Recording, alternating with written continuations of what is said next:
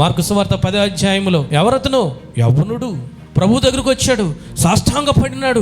బోధకుడా, నీ వలనే పరలోక రాజ్యం దొరుకుతుందని నాకు తెలిసిందయ్యా. నీకున్నది అమ్మి పేదలకు ఇచ్చి నీవు నన్ను వెంబడించు అన్నాడు. మిగుల ఆస్తి గలవాడు కనుక వ్యసనపడి వెళ్ళిపోయాడు. ఈరోజు రక్షణ పొందమంటే మనుషులు వ్యసన పడుతుంటారు.